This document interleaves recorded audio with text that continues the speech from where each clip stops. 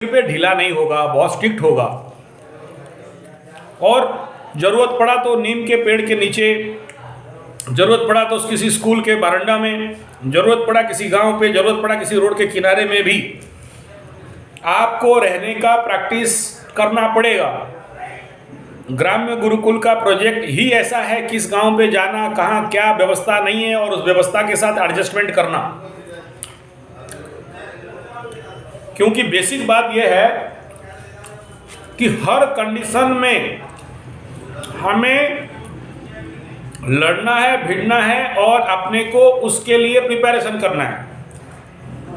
तो ऐसे ज़्यादा सोफिस्टिकेटेड बच्चों को नहीं लाना है, कम आए लेकिन मेहनती आए और एक महीना में कुछ लेके जाए, कुछ सीखें।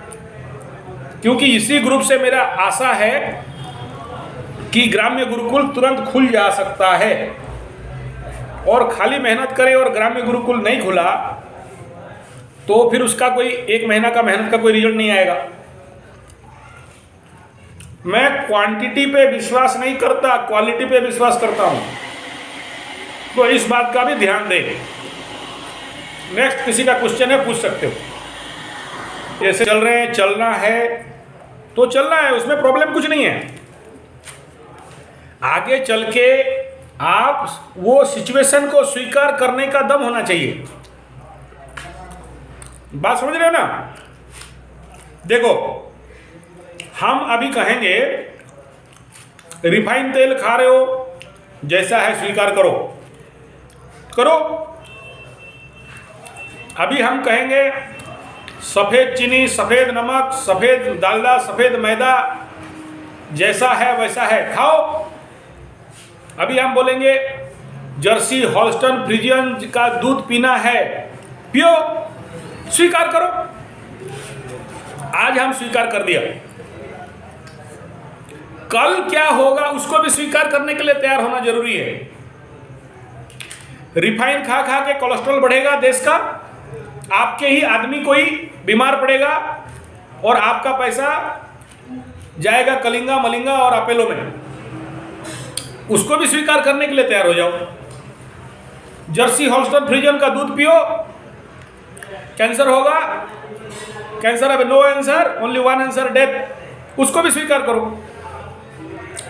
आप सफेद नमक, सफेद चीनी, सफेद दाल खाओगे, हार्ट अटैक होगा, उसको भी स्वीकार करो। तो फिर कोई समस्या देश का नहीं है, सब बढ़िया है, तब मुझे कुछ नहीं कहना है। लेकिन अगर आपको दर्द है, टिस है कि देश का कल्याण शुद्ध देसी गौमाता का रक्षा में है, अगर आपको टिस है, दर्द है कि देश में ऑर्गेनिक प्राकृतिक भोजन, खाद्यान्न सबको मिलना है, क्योंकि आगामी पीढ़ी, अगला मेरे बच्चे लोग बड़े हो रहे हैं। ए महाराज बैठो, नहीं चाहिए, बैठो। आगामी कल आने वाला पीढ़ी तुम्हारा बच्चा ही होगा जो रासायनिक जहर खाता होगा, urea, phosphate, Gromor, nitrate, T20, DDT, Gammexane, Thimet.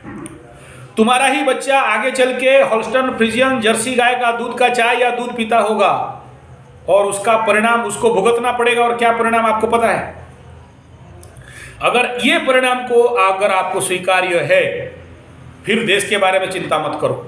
मैं ये मात्र एग्जाम्पल और एक कम समय का टिप्स दे रहा हूं। ऐसे ही विकराल, विराट और बहुत बड़ा ऑल ओवर इंडिया में हर क्षेत्र पे समस्या है।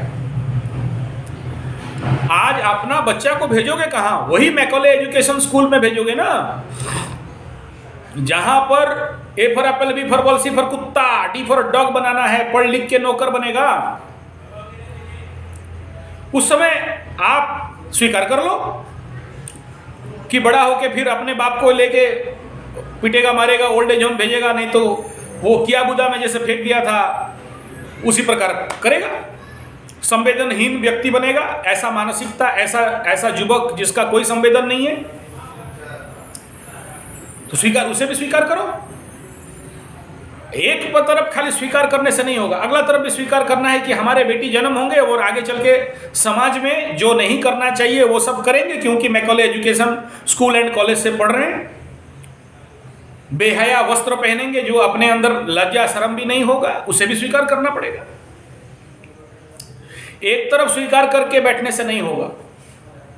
अगर देश में हर समस्या, जो भी समस्या आज पनप रहे हैं, कामचोर, काम नहीं करना, आप लेबर बुलाते हो चोरी करके भागना, देश का गरीबी, महंगाई, इन सब का जड़ पे जाके देखो एक बार, कौन है? यही गुरुकुल तो है।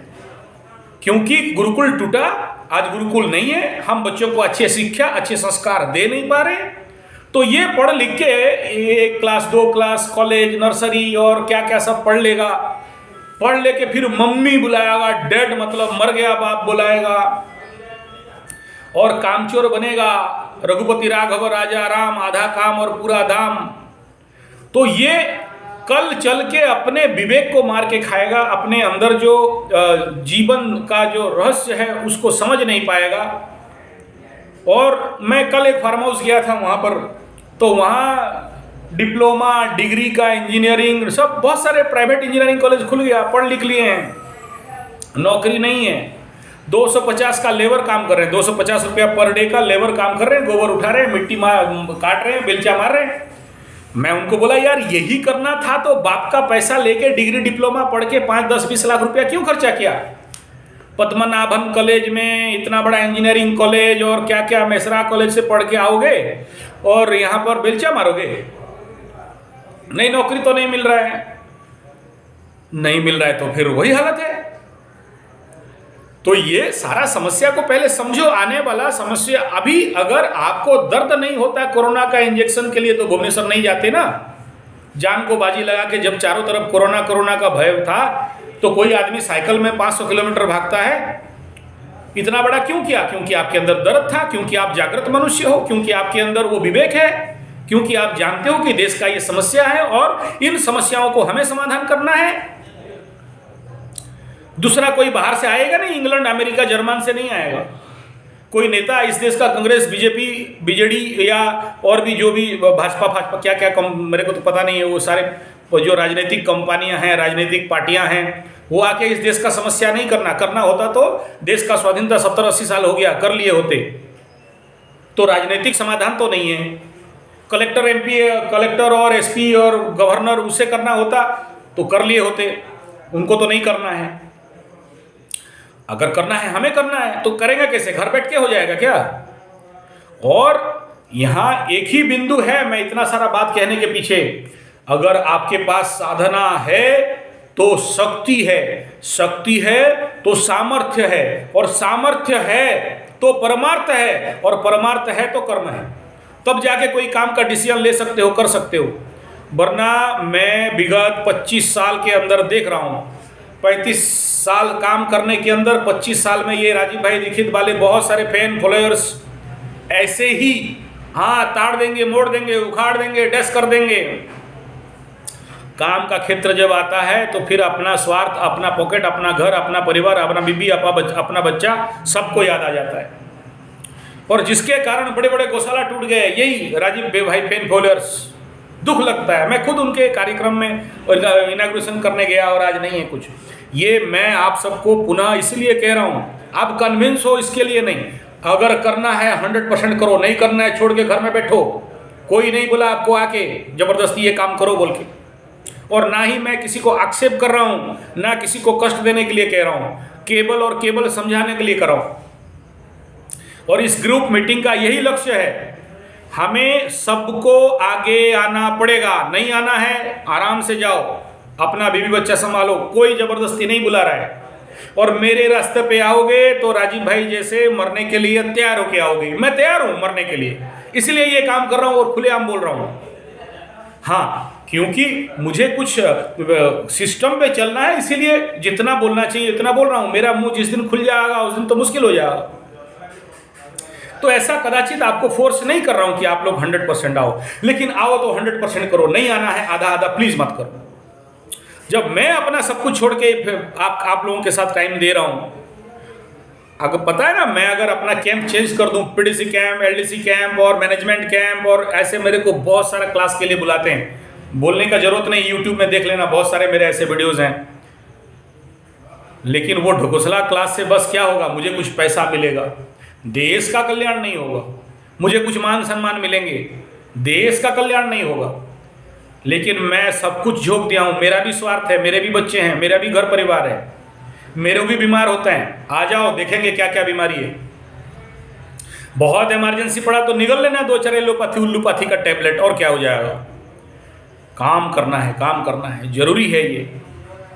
और आप सब कोई आए नहीं आए, सुने नहीं सुने, अपना घंटी बजाते रहो, फोन कर करके लोगों को परेशान करो, युवाओं को परेशान करो। आप 7 दिन के अंदर जो कुछ सुने हो, सीखे हो, उन सबको बुलाओ, जबरदस्ती बुलाओ, टिस मारो, कोई बात नहीं।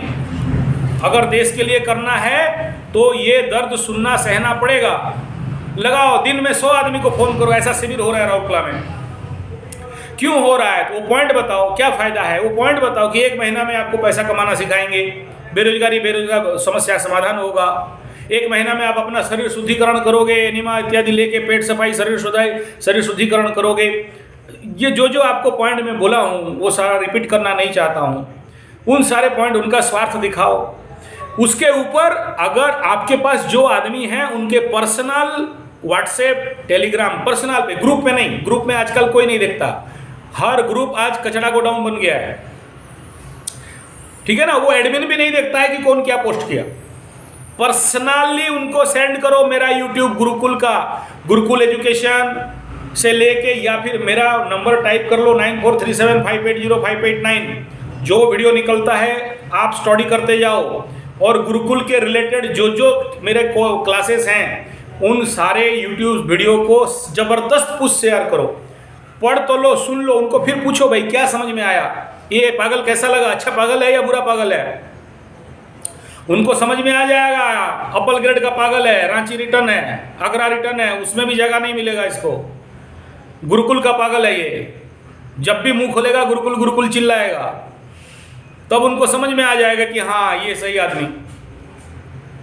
और फोर्स करना, समझाना, प्यार से समझाना। अब याद रखना, 7 दिन आप साधना करके गए हो, आपके वाणी में ताकत है। चलो 100% नहीं है, 90 डिग्री का नहीं है, 10 डिग्री का तो है। लगाओ, दिमाग लगाओ। नहीं करोगे और बोलोगे नहीं होता। आपका टेंशन है, आप 100 बार फोन नहीं करते हो, परेशान नहीं करते हो, नहीं समझाते हो, नहीं होगा। फोन करना, व्हाट्सएप करना, plus personal to personal, man to man campaigning सबसे इंपॉर्टेंट माने रखता है। घर टू घर जाना, घर घर पहुंचना, तब जाके। क्योंकि सबसे बड़ा समस्या क्या है, हमें एनवायरनमेंट नहीं मिल रहा है। वो एनवायरनमेंट क्रिएट करना पड़ेगा, कोई अपने आप नहीं बन जाएगा।